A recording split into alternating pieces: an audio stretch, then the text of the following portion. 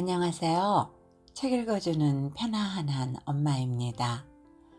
오늘은 소설가 구중관의 단편 유년의 바다를 읽어드리고자 합니다. 작가는 1943년 전남 여수에서 태어났으며 1973년 중편 청학산으로 세대지 신인 문학상을 수상하여 등단했습니다. 오늘의 낭독이 여러분의 바쁜 일상에 잠시 쉬어가는 쉼표의 시간이 될 수 있기를 소망하며 구독과 좋아요, 알림 설정을 해주시면 고맙겠습니다. 지은이, 구중관, 유년의 바다. 그 시절을 감싸고 있는 모든 것의 색조는 짙고 선명한 빛으로 마음 깊은데 생생하게 살아있다. 햇빛, 들녘, 바다, 이런 모든 것들이 화사하게 빛나는 색깔로 가슴속에서 피어오른다. 유빈의 집 바다가 보이는 방에서 내다보이던 풍경은 유독 더 그렇다. 그 방에서 창문을 열어 제치면 바다 위를 건너온 바람이 항구의 지붕들 위를 지나서 창문 가득히 스며들어오곤 했는데 우린 창턱에 턱주가리를 얹어놓고 선창가를 하염없이 내려다보곤 했다. 푸른 바닷물이 작고 경사진 시가지를 꽉 밀어붙여 올리듯 다가와 있고 거기 즐비하게 늘어서 있는 배들, 그리고 바다 위에 하얀 거품을 일으키며 어딘가로 떠나거나 어디에선지 들어오는 배, 더 멀리론 솟아오른 섬들, 그리고 오래 앉아 있으면 통통거리는 뱃소리가 가슴 깊은 데까지 자꾸 밀려 들어오고 부앙 하는 커다란 백고동 소리라도 밀려 올라오면 가슴속이 온통 풍선처럼 부풀어 오르고 이상한 공복감까지 문득 끼쳐드는 것이었다.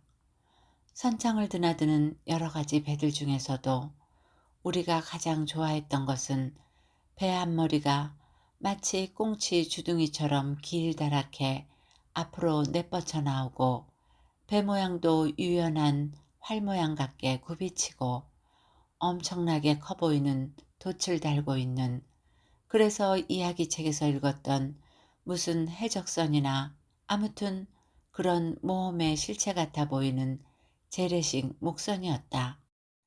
그런 특이한 모습의 배가 우리 눈에 띄는 것은 아주 드문 일이었지만 커다란 돛을 높이 세우고 선창을 향해 들어오는 그 목선은 마치 아주 옛날에서 먼 바다를 지나 드디어 우리 항구를 찾아 들어오는 것 같은 기분을 주었다.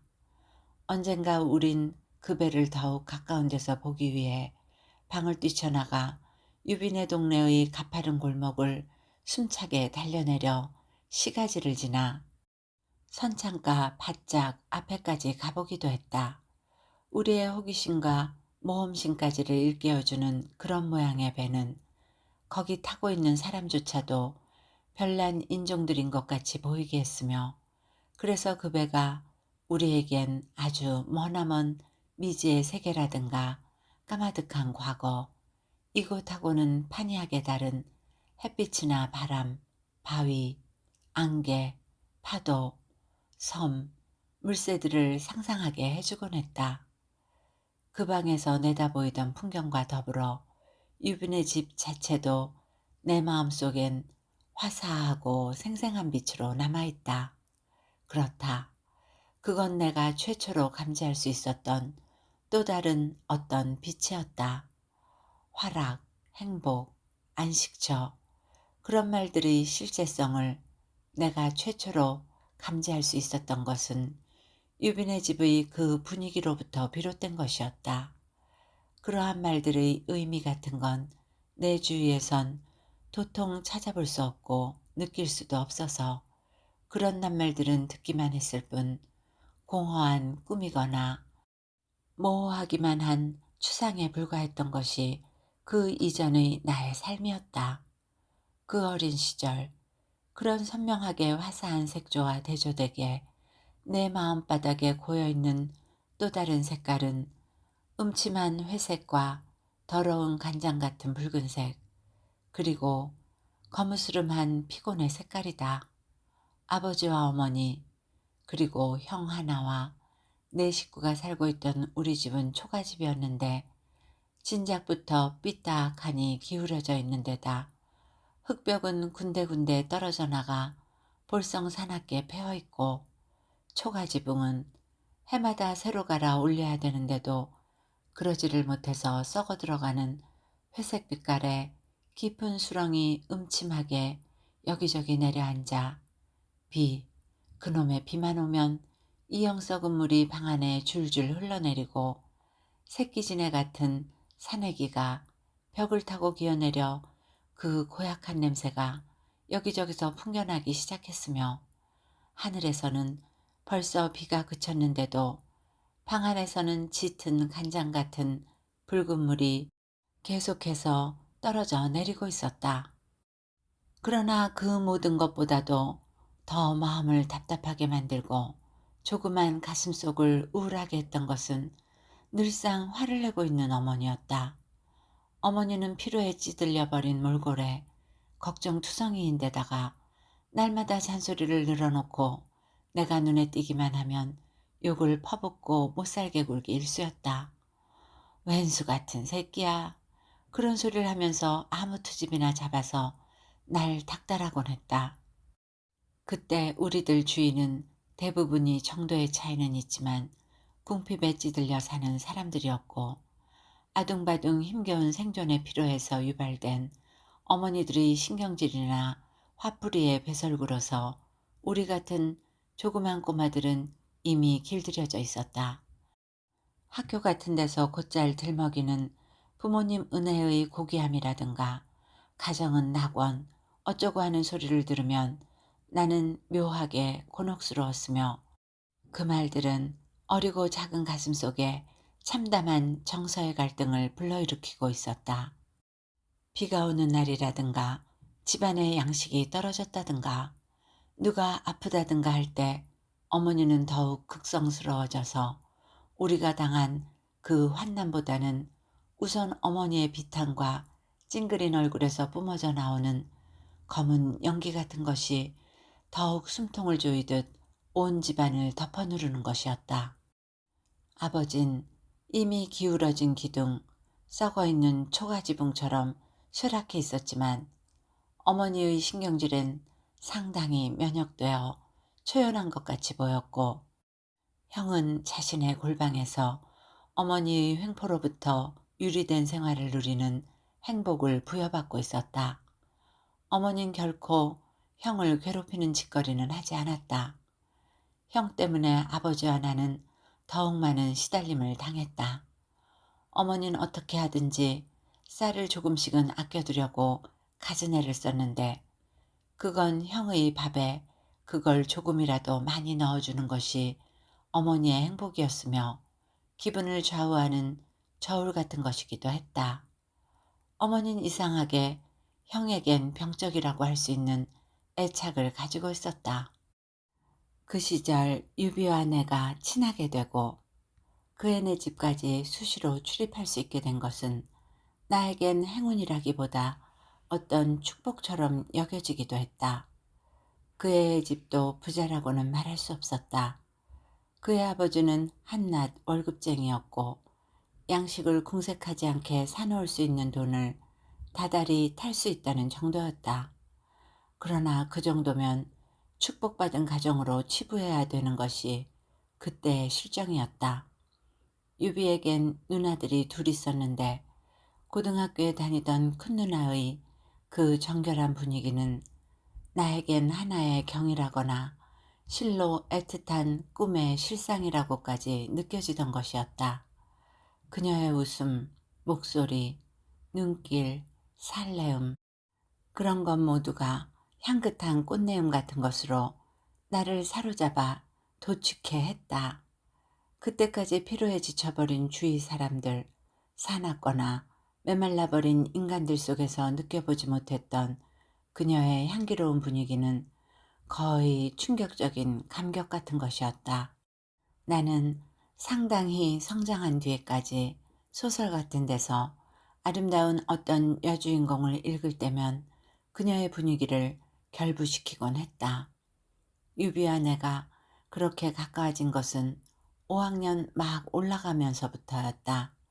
5학년이래야 반이 2개밖에 없었고 그때 우리 학교는 그 항구에서도 변두리 아이들이 다니는 학교여서 거의 대부분이 가난뱅이 아이들이었으며 처음 1학년 입학할 때는 3개의 반이었는데 그동안 학교를 그만두어 버린 애들이 많아 2반도 간신히 갈랐고 그나마도 집안일 때문에 결석률이 높았다.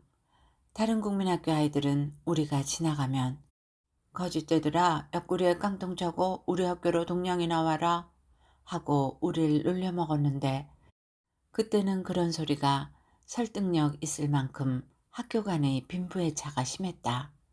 돈이 있는 집 사람들은 자식을 우리 학교에 입학시키는 걸 수치로 생각했다. 유비는 우리 학교 학생들 중에서 별종 같은 모습을 하고 있었다. 우선 외모부터가 부잣집 도련님 같은 인상이었고 행동 같은 것도 망나니 같은 짓거리를 하지 않았으며 입고 있는 옷도 언제나 단정한 데다가 늘 깨끗한 운동화를 신고 학교에 나왔다. 나는 설날이 돌아오면 늘 어머니에게 운동화 한 켤레만 사줄 것을 미리미리 당부해 놓곤 했지만 6년 내내 나의 청은 묵살되어 끝내 이루어지지 못했다. 고무신조차도 구멍이 나거나 찢어진 고무신짝을 손에 움켜쥐고 시가짓기를 달려다니곤 했다. 어떤 아이들은 그나마도 고무신을 잃어버리고 나면 한동안 제 아버지가 신다 버린 달아빠진 고무신을 질질 끌고 다녔는데 그러면 우린 철없이 그 애 뒤를 따라다니며 놀려먹기질을 하며 재미있어 낄낄거렸다. 전쟁을 겪고 난 뒤였다. 어른들은 동족 상잔의 참극을 겪었고 그 뒤에 닥쳐온 궁핍에 이미 살벌해져 있었다. 가난한 집구석에선 아새끼들이 크나큰 짐이나 원수처럼 여겨지기도 했을 것이다. 유빈의 부모들은 안정된 생활 때문에 생긴 여유라기보다 천성적으로 착한 데다 변덕이 없는 사람들이었다. 부모가 변덕스럽지 않다는 것은 아이들에겐 얼마나 큰 행복인지 모른다. 유빈의 누나는 다달이 학원이란 잡지를 사왔고 유빈은 새벗이란 어린이 잡지를 사보고 있었는데 그래서 나도 덩달아 그걸 읽을 수 있었으니 내가 그런 책과 접하게 된 것도 바로 그때부터 비롯된 것이었다. 언젠가는 책을 우리 집까지 빌려다 뒀다가 그놈의 빗물이 방 안으로 흘러내려 그 책을 흠뻑 적셔버리고 말았다. 나는 그때 그 저주스런 핏빛 같은 썩은 물이 깨끗한 책을 더럽힌 것은 우리 집의 수치스런 여파가 그 집에까지 기어이 침투해 들어간 것 같아 비참했고 내 마음속의 정결한 어떤 세계까지 내 실수로 오염되어진 것 같은 기분에 빠져들었다. 그리고 늘상 어머니가 아버지를 핍박하는 이유 중의 하나인 지붕을 새로 올릴 돈 정도를 못 버는 그 무능을 나도 함께 원망하는 마음까지 생겼다. 그전엔 난 결코 아버지를 그렇게 생각해 본 적이 없었다. 오히려 검게 말라 빠진 아버지가 어머니에게 당하는 순환을 가슴 아파하고 있었다. 아무튼 그때 책이 버려진 것을 유비에게 실토하는 걸 자꾸 미루다가 큰 용기 작정하고 말했을 정도로 난 그 일에 마음을 썼다. 그러자 그 책을 가져갔을 때 유빈의 누나는 빨간물이 들어서 책이 더 예뻐졌다 얘 하고 스스럼 없는 밝은 음성으로 말하며 웃었는데 그날 그녀가 보여준 미소는 오래도록 내 가슴속에 무슨 따뜻한 불씨처럼 남아있다. 우리가 삼국지를 시작한 것은 바로 그 학원 때문이었다. 그때 학원엔 코주부 삼국지라는 만화가 연재되고 있었고 유비와 나는 그 만화의 열렬한 애독자였는데 우리는 어느 날 문득 우리도 삼국지를 만들자는데 의견의 일치를 보았다. 우린 곧 착수에 들어갔고 그리하여 다른 아이 하나를 물색해서 더 끌어넣었다. 그때 우리들은 삼국지라는 말의 뜻을 유비, 관우, 장비 세 사람을 일컫는 것인 줄만 알고 있었고, 그래서 먼저 이 세 사람의 역할을 결정해야 했는데 우리들 셋은 모두 서로 장비가 되겠다고 다투었다. 가장 인기가 없는 것이 유비였다. 코주부 삼국지에서 장비는 뻣뻣한 수염이 고슴도치처럼 턱을 감싸고 언제나 성질이 급하고 생각보다는 그저 행동에 앞서는 시원시원한 인물이었다. 대체로 그때의 우리들 취향은 장비 같은 성격이 숭배의 대상이었으며 선망의 적이기도 했다. 용감이란 말에 우린 더없이 매혹당했고, 더구나 정의와 신의를 위해서 행동하는 인물에 대한 동경은 컸다. 셋은 결국 생애를 따져서 배역을 맡았는데 그렇게 되어 드디어 나는 장비가 되고 말았다. 우리 셋은 될 수 있는 대로 함께 어울려 다니며 길을 가다가도 어떤 시비에 느닷없이 끼어들며 우린 삼국지다! 크게 외치며 싸울 태세를 취해 아이들을 어리둥절하게 했고, 어떤 땐 싸움 잘하는 패거리들에게 그러다가 호되게 얻어터지고 뺑소니를 치기도 했는데, 그렇게 입술이 부르트고 턱주가리가 째진 폐잔병의 모습으로 셋은 다시 모여 앉아 어이 장비 괜찮은가? 물으면 괜찮네 이거지거 대답하고, 자 용기를 내세 우리 삼국지 정의를 위해 일어서자 엉덩이를 일으켜 세우고 서로 용감하게 보이려고 큰 소리를 내서 껄껄껄 웃고 그랬다. 그 중에서도 나는 가장 성질급하고 용감한 장비의 위치를 망각하지 않고 선두에 서려고 안달했다. 우린 곧잘 양식을 구하러 습격가자는 구호를 외치며 들판으로 달려나갔다. 참외밭이나 수박밭, 개구멍을 나는 성질급한 장비이기 때문에 늘 제일 먼저 기어들어가야 했다. 가을철엔 산비탈을 찾아가 밤나무 위로 기어 올라가는 것도 장비였다. 옷을 찢기거나 더럽히고 몸에 상처를 입기 쉬웠고, 그렇게 되면 또 어머니에게서 심한 육지거리를 얻어들어야 했지만 난 결코 그런 일을 유비나 관우에게 뺏기고 싶지 않았다. 가장 많은 습격을 받은 것은 고구마 밭이었는데 그래도 우린 정의의 삼국지이기 때문에 그것도 부잣집 것만 습격한다는 법률을 정해두고 있었다. 실상 우린 고구마가 먹고 싶은 것이 가장 큰 행위의 동기였지만 구실만은 그럴듯하게 내세웠다. 부잣집 것을 탈취한다는 것은 바로 정의를 행동하는 지름길이었음에 그걸 하지 않는 것은 선을 눈앞에 두고도 행하지 않는 비겁이다. 그러니까 요컨대 고구마 도둑질은 정의를 위하여 어쩔 수 없다는 식이었다. 우린 간혹 부자라고 생각되는 집에 밭을 알아내서 그 집 밭만 일부러 골라가면서 우리의 정의를 수행하기도 했지만 일이 여의치 않을 때는 아주 넓은 밭을 찾아내어 이만하면 부자라는 판단을 우리 스스로 내려 용감무쌍하게 뛰어들어 세금을 걷어갔다. 그렇게 약탈한 세금을 산비탈 풀밭에다가 쓱쓱 문질러대면 하얗고 매끄러운 알고구마가 됐는데 그걸 배가 불룩하도록 포식하곤 했다. 그런 식으로 실컷 먹고 나면 입술이 퍼렇게 먹는 것 같이 되어 우리 모두의 얼굴은 상당히 용감하게 보이기도 했다.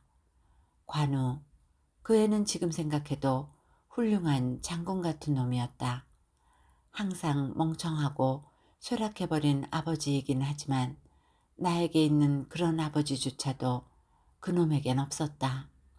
전쟁이 끝나갈 무렵 관우의 아버지는 죽어버렸고 과부가 된 어머니는 다섯이나 되는 올망졸망한 자식들을 데리고 싸구려 새빵살이를 지탱해 나가고 있었다.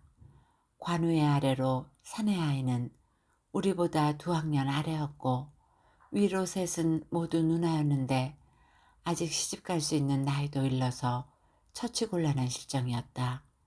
그 당시엔 무슨 그런 여자애들이 다닐 만한 공장이라든가 하는 것도 귀에 빠져 그네들이 할 일이란 산에 가서 뗄나무를 해 나르는 것과 봄이면 나무를 캐서 끼니에 보태고 바닷가에 나가 조개를 잡거나 파래를 뜯어오는 일거리가 고작이었다.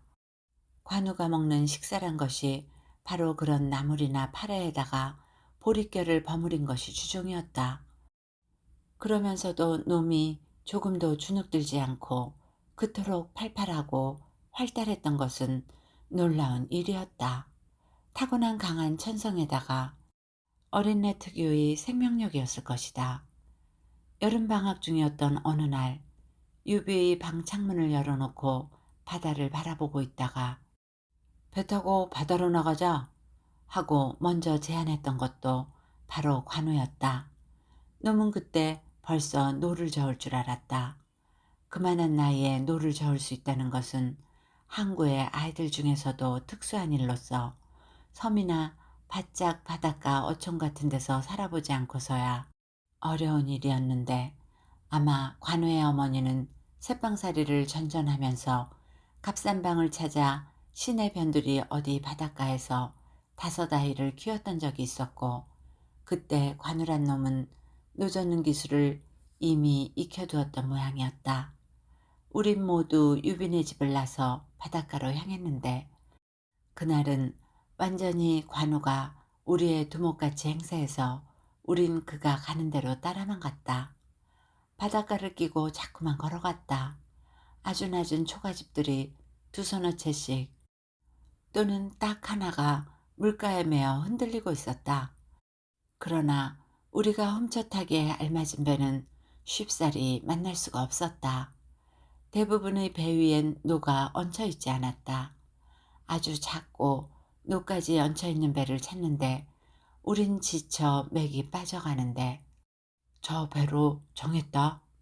어느 한 지점에 이르렀을 때 관우가 낮게 말했다. 밧줄에 매달려 외로이 떠있는 꼬마배. 그러나 노가 없다. 내가 실망한 듯 내뱉었더니 관우는 내 어깨를 툭 치며 저쪽을 가리켰다. 그 꼬마배만큼이나 외로워 보이는 초가집 하나가 언덕 밑에 웅크리고 있었다. 관우는 자기를 따르라는 신용을 해보이더니 곧 허리를 굽히고 그 집을 향해 살금살금 접근해 나갔으므로 유비와 나는 영문을 모른 채 그 뒤를 따랐다. 초가집은 돌담으로 빙 둘러져 있었는데 모퉁이를 돌아 뒤쪽으로 가니 늘씬한 노가 돌담장 밖 언덕 아래 길게 드러누워 쉬고 있었다. 관우가 손가락 하나를 입술 가운데 갖다 세우고 침묵을 다짐한 다음 곧 눈짓과 손으로 우리를 지시했다. 셋은 길다란 노를 소리 안 나게 들어올려 배를 향해 은밀히 운반해 가기 시작했다. 여름날의 뜨거운 정적, 우리 셋은 긴장 속에서도 모두 실수 없이 잘했다. 그 해변은 마치 소꿉장난처럼 작고 동그만 포구 아니었는데 주위의 모든 것까지 우리의 일에 은밀하게 합세한 듯 조용하니 조심스러운 분위기였고 그런 속에서 결국 꼬마배는 그 작은 포구를 떠나가기 시작했다. 관우는 땀을 뻘뻘 흘리며 저 나갔고 우리들은 조마조마해서 그 초가집을 바라보고 있었지만 바다를 향해 삐어져 나온 언덕 모퉁이를 돌아 그 작은 포구 안이 보이지 않는 데까지 탈출해 나가도록 우리를 방해하는 생물은 아무것 하나 나타나지 않았다. 탈취 현장에서 눈에 띄지 않는 바다로 나서게 되자 우린 훨씬 대담해지고 즐거워져서 노래를 부르고 유비와 나는 번갈아가며 노젓는 걸 배우려고 법석을 부렸다. 우린 이미 홀랑벗은 몸으로 바닷물에 풍덩 뛰어들어 몸을 식히곤 또 간신히 작은 배 위로 기어오르곤 했다. 관우는 신중하게 깊은 바다로 나가지 않고 계속 해안선에서 가까운 거리를 유지하며 배를 몰아가고 있었다. 그러다가 섬으로 가자. 그것도 관우가 먼저 말했다. 넘은 물살이 어느 쪽으로 흐르고 있는가를 알아냈으며 그렇게 센 물살이 아닌 것까지 확인한 다음 뱃머리를 돌려 저어 나가기 시작했다. 우리들이 저어 나가는 바다는 뒤쪽으로 육지의 해안선이 반원 비슷하게 바닷물을 차단하고 있고 앞쪽 멀리론 길다란 섬들이 그 해안선과 호응하여 커다란 원을 이루듯 빙 둘려 있어 그 안통의 바다는 마치 넓은 호수같이 수평선은 어느 한 곳 트여 있지 않았으며 그 호수 같은 가운데 또 다른 작은 섬들이 여기저기 엎드리거나 솟아나와 있었다. 이른바 연안의 다도해였다. 우린 가장 가까운 섬, 푸른 바다 가운데 온통 초록빛으로 조용히 떠올라 있는 작은 섬을 향해 저어갔다. 섬에 배를 댔을 때 나는 갑자기 보물섬이라도 발견한 듯 흥분하고 말았다. 거기엔 풍성한 초록밭이 우리를 기다리고 있었다. 배가 정박한 쪽, 그곳 언저리가 온통 울창한 옥수수밭이었다. 아니, 어쩌면 섬 전체가 몽땅 옥수수밭인 것 같기도 했다. 우린 해적이다! 습격이다! 이번엔 관우가 말하기 전에 내가 먼저 소리 지르고 옥수수밭을 향해 돌진해 갔다. 키를 넘는 무성한 옥수수나무의 밀림 속으로 벌거벗은 채로 기어들어간 우리 셋은 원숭이같이 재빠른 동작으로 약탈을 감행했다. 보았더니 유비란 놈은 어떤 것이 익은 것인지도 모르고 그저 아무거나 꺾어 따내고 있었다. 시험이 꼬실라진 것만 따, 멍청이 해적아. 이 약탈에서는 내가 도목이란 걸 과시할 좋은 기회이기에 난 엄하게 가르쳐 주었다. 셋은 풍성한 열매를 수확한 원숭이 새끼들 모양 벌거벗은 가슴팍 가득 옥수수를 부둥켜 안고 밀림을 빠져나가 우리의 작은 해적선으로 귀환했다. 서둘러 배를 섬에서 멀어지게 하면서 우리들은 너무나 즐거워 으허허허허 호탕한 해적 웃음을 흉내내서 배창자가 울렁이도록 웃어 제꼈다. 우린 모험과 약탈을 자행하느라 소모된 힘을 그 생옥수수로 양껏 보충시켰다. 그리고 실컷 먹고도 많이 남은 옥수수는 유빈의 집으로 가져가서 우리들이 모험과 약탈을 자랑하고 그 실증을 보여주기로 했다. 우리들이 이런 용기에 유비의 엄마와 누나들은 얼마나 놀랄 것이며 사내만이 할 수 있는 신나는 모험을 그녀들은 얼마나 부러워할까를 이야기하며 우린 한껏 우쭐해져 있었다. 이제 뱃놀이도 맘껏 즐겼고 헤엄질도 할 만큼 했다.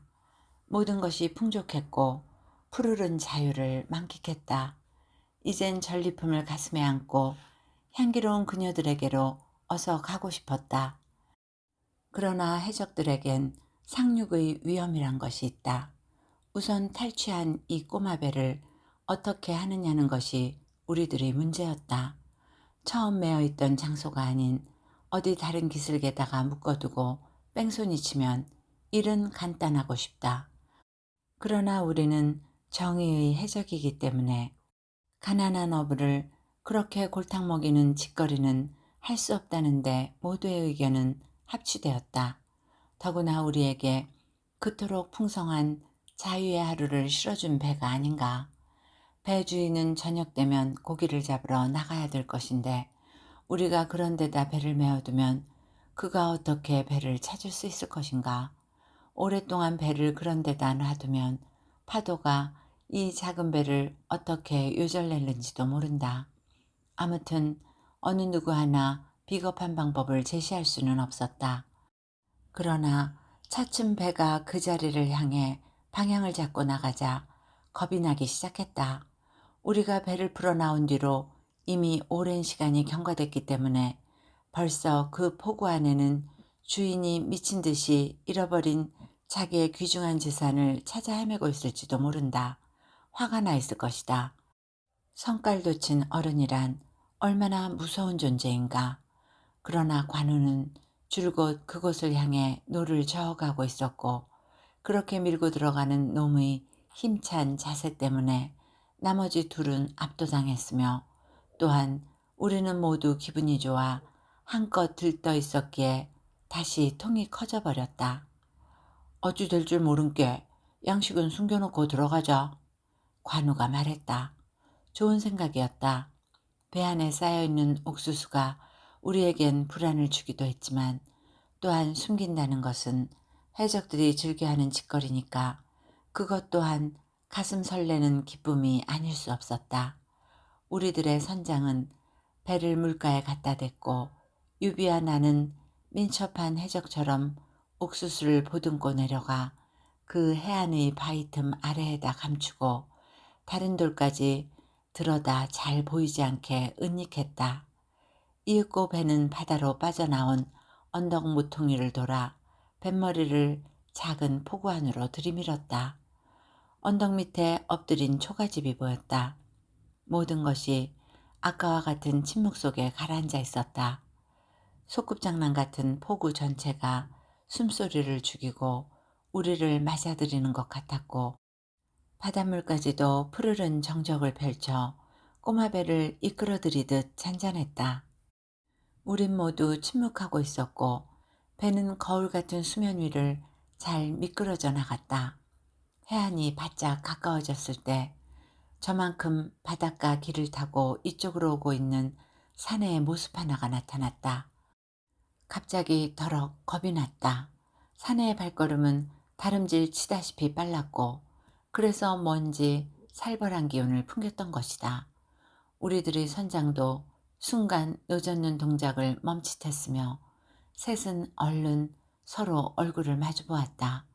그러나 다음 순간 관우는 계속 그대로 저어 들어갔고, 우린 낱낱하게 배에서 뛰어내려 먼저 메었던 자리에 밧줄을 다시 묶으며, 이런 일이 아무것도 아니란 듯 이미 우리 앞에까지 다가온 사내를 향해 씩 웃어 보이기까지 했다. 여러 멸치만한 새끼들이. 사내는 땀에 번들거리고 있었다. 없어진 배를 찾으러 바닷길을 따라 먼 데까지를 헤매고 왔던 모양이었다. 그는 분노에 차 있었고, 우린 꼼짝없이 그 분노의 포로가 되고 말았다. 아, 그때의 어른들은 얼마나 포악스러웠던가. 그 무섭게 큰 손에 우리 꼬마들은 얼마나 얻어터졌던지 관우는 코피까지 줄줄 흘렸다. 그런 뒤로 한동안은 그 사람하고 비슷하게 생긴 사람만 봐도 겁이 날 정도였다. 그 뱃놈은 그렇게 분을 얼마쯤 가라앉힌 다음 우리를 나란히 세워놓고 이상한 기합을 넣기 시작했다. 코 잡고 뺑뺑이 돌기라든가 주먹 쥐고 엎드려 뻗쳐 같은 걸 한참 하게 한 다음 바다를 등지고 꿇어앉아 반성하는 시간을 갖도록 했다. 그때 우리가 반성한 것은 이따위 포악한 놈이란 걸 알았으면 진작 배를 아무데나 팽개치고 가버릴 걸 괜히 고생하고 얻어맞은 걸 후회하는 반성이었다. 해가 설핏해졌을 때야 그에게서 해방된 우리 해적들은 얻어터진 낯바닥을 침울하게 숙이고 바닷가를 터덜터덜 걸어가기 시작했다. 유비는 다리까지 절뚝이고 있었다. 얼마간 말없이 그러고 걷다가 처음엔 마주보고 좀 어색하게 웃었으나 곧 뭔가 시원한 기분이 들고 다시 아까의 즐거웠던 모험을 상기하고, 그리고 또 우리에겐 숨겨둔 약탈품이 있다는 데까지 생각이 미치니 차츰 희망찬 분위기가 피어나기 시작했다. 그래서 그 뱃놈 눈구멍이 꼭 갈치 같더라느니 삼배고쟁이가 찢어져 푸르딩딩한 궁둥짝이 다 보였다느니 하는 소리를 해서 낄낄거리고 웃었다. 양식을 은닉해둔 장소까지는 멀었다. 하지만 우린 생기를 되찾은 발걸음으로 부지런히 걸었다. 그러나 그곳엔 암담한 절망 같은 바닷물이 우리를 기다리고 있었다. 벙벙하게 차올라 있는 바다 앞에서 우린 한동안 멍했다.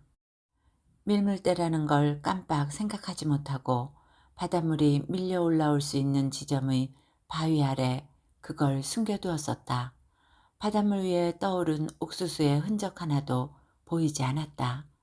용감하고 정의롭기는 했지만 지혜가 모자라 얻은 실패였다. 가을이 끝나가고 제법 바람이 차가워졌을 때라고 기억된다. 들판엔 이미 우리의 양식은 자취를 감춰버렸을 즈음이었다.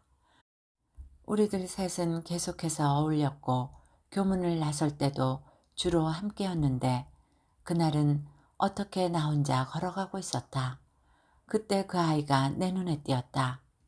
항상 풀죽어 어디 귀퉁이 같은 데 혼자 앉아 아무하고도 어울리지 않는 노란 색깔의 아이였다.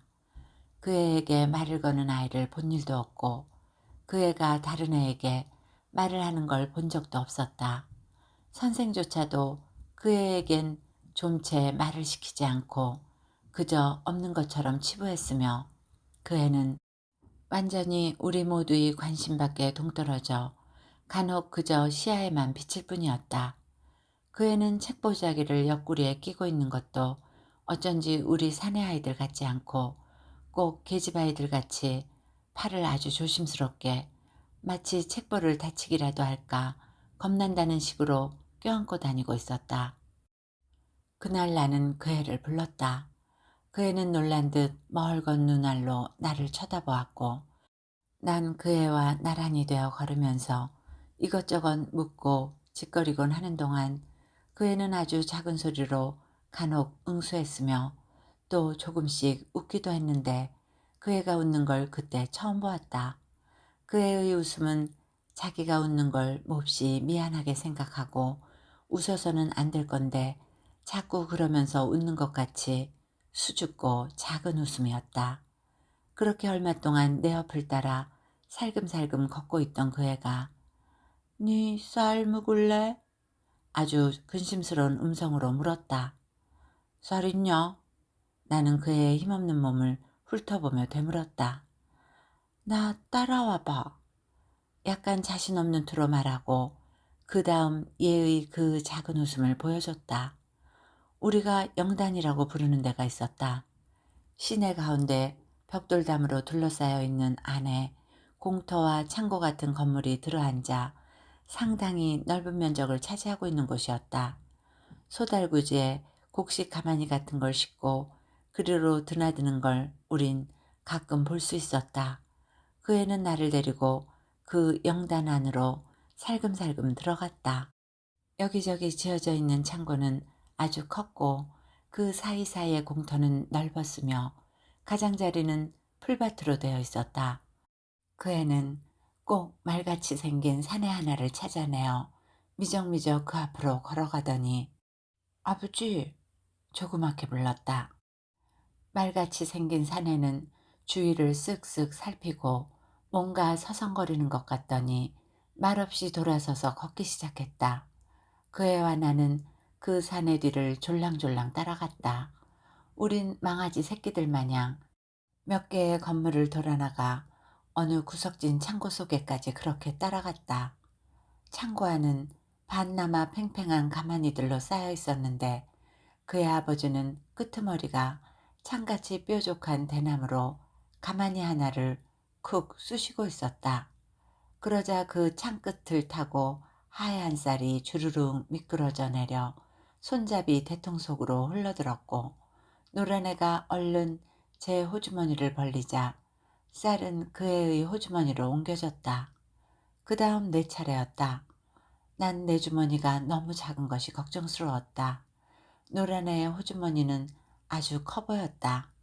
우리들은 영단을 빠져나오도록 아무도 말을 하지 않았고 거리로 나와서도 얼만큼 걷다가 난 한숨까지 쉬었는데 그때 벌써 그놈은 쌀을 씹어먹고 있었기에 나도 서둘러 쌀을 입 안으로 흘려 넣었다. "내일은 선창으로 가자. 아무한테도 말하지 말고 니만 와야 된다." 헤어지기 전에 노란 애는 아주 은밀하게 말했다. 다음 날 우린 또 단둘이 될 수가 있었다. 이날 그 애가 나를 인도한 곳은 선창에 즐비하게 정박해 있는 배들 가운데 낀 어떤 어선이었다. 거긴 뻐드렁 이빨을 가진 20-30살 가량의 청년이 있었는데 그는 기다리고 있었다는 듯이 우리에게 하얀 쌀밥과 생선 반찬을 내놓았다. 나는 달디달게 넘어가는 그 밥을 씹으면서 노란 애의 얼굴을 새삼스레 바라보았다. 마치 유령처럼 소리 없이 우리들 중에 있는지 없는지조차도 모르겠던 이 아이에게 이런 세계가 있었다는 것이 나에겐 놀람이었다. 그 애의 외로움조차도 이런 비밀의 세계를 아끼느라 그랬던 것 같은 생각이 들고 어쩌면 내심 이 애는 오히려 우리를 비웃고 있었는지도 모른다는 생각까지 들었다. 그때 쌀밥 한 그릇이 우리에게 주는 의미는 큰 것이었다. 한 달 동안 쌀밥에다가 고기 반찬만 먹고 난 다음 죽어버렸으면 원이 없겠노라고 노상 말하는 사람이 우리 이웃에 있었는데 아무도 그 말을 비웃지 않는 시절이었다. 어쨌든 그 뒤로 그 애는 그애만의 비밀한 세계를 나와 나눠 가지게 되었으며 난 점점 그 세계에 깊이 맛들어가기 시작했다. 날마다 영단의 생쌀이나 어선의 뱃밥을 먹을 수 있었던 것은 아니다. 그의 아버지가 그 날카로운 대창으로 쌀가마니를 찌를 수 없는 상황이란 걸 우린 눈치채고 빈 호주머니인 채 영단을 나오는 날도 많았고 선창에 나가도 그 배가 없거나 우리들 차지의 식사가 남아있지 않기도 했다. 그러나 우린 빈번하다고 말할 수 있을 만큼 두 가지 중 하나의 횡재를 맛볼 수 있었는데 또 한 가지 특기할 만한 것은 그 애는 자주 돈을 가지고 있었다는 점이다. 함께 걷다가 그는 길가의 빵장수에게로 가만히 걸어가서 어느새 돈을 내밀고 있다. 꼭 2개나 4개를 사서 반분했다. 얼만큼 친해지자 그 애는 제법 우스운 소리도 짓거렸고 아무튼 갈수록 그 애는 야릇한 매력으로 나를 이끌어들이고 있었다. 그런데도 그 애는 학교에 가면 그전대로 어디 구석지에서 늘 침묵에 쌓여 아무런 관심도 없다는 듯이 힘 빠진 모습을 하고 있었다. 한 번은 내가 다른 아이들과 왁자지껄 이야기하다가 문득 저만큼 혼자 떨어져서 우리를 바라보고 있는 그 애를 발견하곤 큰 소리로 불렀는데 그때 그 애는 흠칫 놀란 듯 나를 외면했고 도대체 네가 날 부를 이유가 무엇이냐는 듯 혼자 움츠러드는 것이었다. 제발 날 이대로 좀 내버려둬.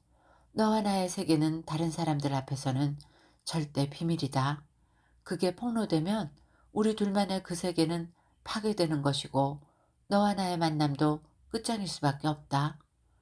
그런 무언의 한 것 같은 걸 그 움츠림에서 전달받을 수 있었다. 그 애는 대중을 두려워하는가? 아니면 작고 은밀한 세계만을 옹호하고 싶은 것인가? 아니면 학교란 데서는 늘 그런 자세만으로 5년 동안이란 세월을 길들여져 왔기 때문에 자신도 어쩔 수 없이 그렇게 되는 것인가? 어쨌든 교문 안에서는 다른 아이들과 함께가 아니고 나 혼자 그에게 가만히 다가가서 말을 걸어도 별 응수가 없고 수줍은 미소를 보일 듯 말 듯 짓는 게 고작이었는데 그 미소가 좀 곤혹적으로 보이기도 했다. 나도 그 애의 그런 분위기를 일부러 깨뜨리고 싶지 않아서 전과 같이 학교 안에서는 그 애를 도외시하고 말았고 교문 밖을 나서면서 비로소 변해버린 것 같은 그 애의 곁에서 친구가 되는 관계를 유지할 수밖에 없었다. 이렇게 되면서 그 애와 친하기 전의 나의 부모들인 유비와 관우, 그들과 나의 관계에 어떤 와해의 징조 같은 것이 서서히 나타나기 시작했는데 그들은 나에게 몇 번이나 주의를 주었고 경고를 했다. 그러나 난 이미 무슨 밀교 속으로 차츰 빠져들어가는 신자 모양 노란에게로 기울어져 가고 있었다. 아니다. 그 말은 피상적으로 표현할 때 그렇게 말할 수 있을 뿐 그저 맹목적으로 그렇게 기울어져 갔던 것만은 결코 아니다. 나대로의 보관이 있었다. 그 노란 애가 학교의 다른 친구들과는 이상하게 질긴 성벽을 쌓고 그걸 좀채로 풀어놓고 있지는 않다고 하지만 그 질긴 성벽의 영역 안에 나 한 사람을 이미 끌어들인 이상 조금만 더 넓혀서 유비와 관우까지를 들어올 수 있게 하려는 공작을 나는 이미 하고 있었다. 그 애의 편에서 보면 자기의 좁은 세계를 약간 벌려 우리를 받아들이는 것이 되겠지만 내 위치에서 말한다면 우리들 삼국지 속에 그애 하나쯤 더 끌어넣어도 되겠다는 속셈이었다. 그래서 사국지를 만들어도 좋은 것이다.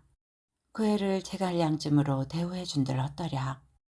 영당과 어성과 용돈, 그 비밀한 영역까지를 우리들이 무대 안으로 포섭해 드리려고 나는 획책한 것이다. 새로운 활력소가 될 것이다.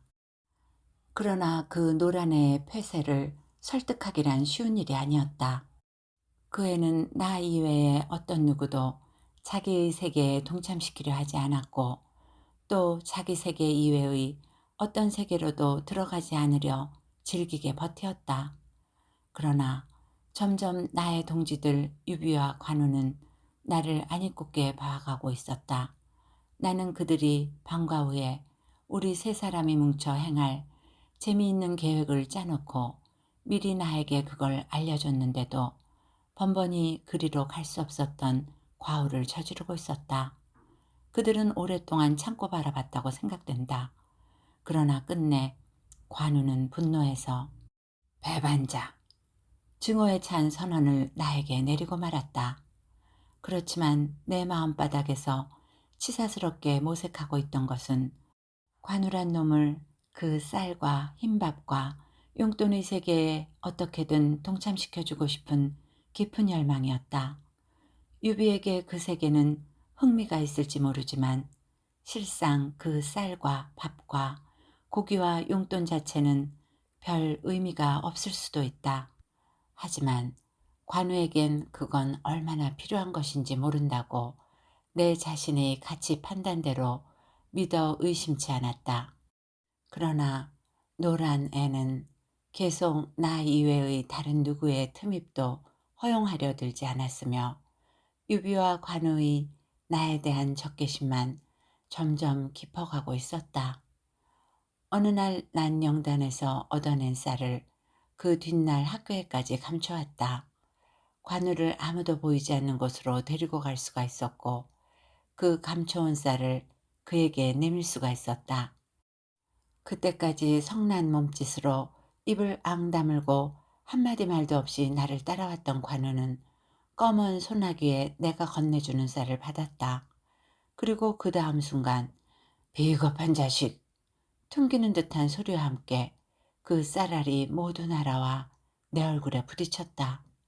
그 아싸하던 아픔, 성장한 뒷날까지 간혹 난 면상에 날아와 부딪히는 그 아픈 쌀알의 감촉을 되느낄 때가 있다. 관우는 그동안 축적해두었던 적개심과 분노를 그 순간 터뜨렸으며 배반자의 얼굴을 향해 그 쌀알까지 힘껏 던져버렸던 것이다. 먹고 싶은 걸 참아가며 지놈에게 먹이려고 감춰온 쌀이 되날아와 얼굴을 때리고 흩어졌을 때 나도 설명할 수 없는 분노가 치밀어 오르고 말았다. 난 정신을 차릴 겨를도 없이 관우의 면상을 후려치고 말았고 둘은 쌀알이 흩어진 땅바닥에 나뒹굴었다. 놈은 나보다 기운이 셌다. 어느새 냄새를 맡은 아이들이 모여들고 있다는 것을 알았을 때 내 어린 마음속에서 간지가 번뜩였다. 난 관우의 코를 기어이 명중해서 때렸고 바람대로 코피가 터져나왔다. 우린 서로를 너무나 잘 알고 있었기에 난 놈의 약점이 코라는 걸 퍼뜩 떠올렸던 것이다. 어린애들의 싸움에선 코피가 나는 쪽이 패배한 것처럼 나타나 보이는 법이다. 난 그런 속임수로서 나의 패배를 은닉했던 것인데 먼 뒷날까지도 나는 그때 번뜩인 나의 교활함을 생각하고 스스로 자신을 얼마나 혐오했는지 모른다. 상당히 나이를 먹은 뒤에도 잠자리에서 문득 그 생각을 떠올리면 무수한 바늘로 찌르는 듯한 땀이 솟아나곤 했다. 나쁜 자식. 그때 유비가 구경꾼들 중에서 한 발짝 나오며 나를 향해 뱉은 소리다. 나는 순간 나의 교활이 모두 폭로되는 것 같은 아찔함을 느꼈다. 그리고 또한 유비가 순전히 관우의 편에서 나와 대항하고 있다는 그 상황이 참기 어려운 고통을 불러일으켰다. 넌 몰라. 난 그 고통 속에서 뭔가 토해내듯 유비를 향해 내쏘았다. 뭘 몰라? 그가 소리쳤다. 너 같은 부자 새끼는 몰라. 입 밖에 내어 소리치고 말았다. 아, 그렇지만 그 말은 나의 진심이 아니었다. 나는 유비를 결코 그런 식으로 생각하고 있지 않았다. 들녘에서, 길거리에서, 바다에서 그토록 가난한 자의 편에 서서 굳은 유대로 맺어졌던 그와 내가 아니었던가. 그런데도 왜 나는 그따위 소리를 그의 면전에서 하고 말았던가. 난 그때 먼지 원통에서 견딜 수가 없었다. 그 억울과 고통 때문에 거의 제정신이 아니었다. 그 말이 날아갔을 때 놀람과 당혹으로 새빨개지던 유비의 얼굴. 그때 우리들 세계에서는 부자라면 무조건 미워했으며 우리의 적으로 몰아치는 살벌한 분위기가 팽배해 있었다. 여러 친구들 앞에서 그렇게 선언한 것은 그 애를 공개적으로 심판해버린 것과 같은 것이다. 그걸 알았을 때 난 이미 모든 것을 망쳐버렸다는 절망감 때문에 왈칵 울음이 쏟아지려 했다. 허난한 목구멍을 억눌러 울음을 참았다. 눈물은 코피보다 더 짙은 패배의 표징이다. 난 그날 결국 울지 않았다. 그렇게 되어 가장 찬란했던 나의 유년을 잃어버렸다. 유빈의 집 방에서 바라보던 바다도, 그 집 어머니와 누나의 꽃내음 같은 향기도, 꿈의 세계로 인도해주던 동화책도 모두 잃어버렸다. 코주부 삼국지가 그 뒤로 어떻게 되는지도 난 알아낼 재주가 없었다. 난 그 노란 아이와의 세계도 결별하고 말았다. 그 애와 동행하는 것은 관우가 나를 향해 힘껏 던졌던 쌀알의 감촉을 되살아나게 하는 아픔을 유발했기에 아예 발을 끊고 말았다. 노란 애는 잠깐 동안 자기의 세계에 끼어들었던 내가 곧 빠져나가 버리자 다시 옛날의 혼자가 되어버렸으며 난 모든 것을 다 잃어버린 허황함 속에 깊이 빠져들어 그 해의 겨울은 그렇게도 막막할 수가 없었다.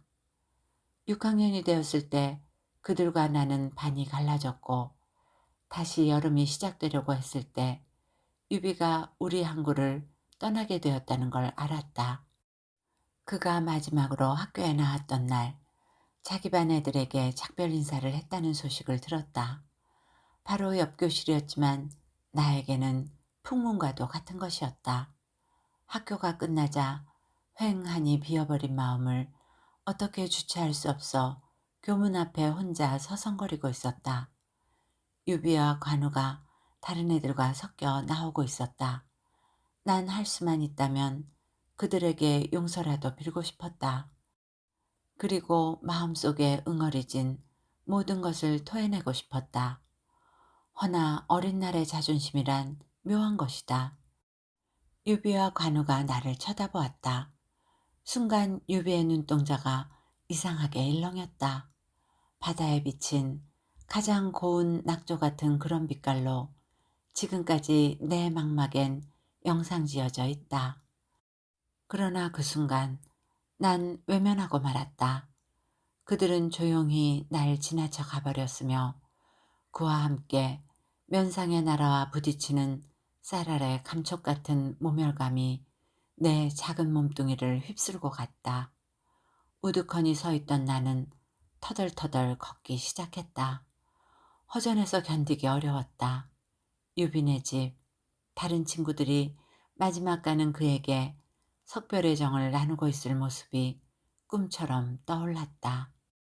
바닷물이 빠져나가 한없이 황량하게 드러난 갯벌 같아진 마음속을 스산한 바람이 지나가고 위안받을 데 없는 유년이란 그리도 슬픈 것인가. 그저 목류병자처럼 걷다 보니 바닷가에 이르러 있었다. 책보자기를 옆구리에 낀 채 물가에 주저앉아 나는 어느새 울고 있었다. 눈물 번진 눈망울 속에 비친 그날의 바다는 잔인하도록 푸르렀다. 이야기는 여기까지입니다. 누구나가 겪었을 법한 어린 시절의 성장통 이야기 재밌게 들으셨는지요? 좋은 시간이 되었기를 바라며 오늘도 행복하세요.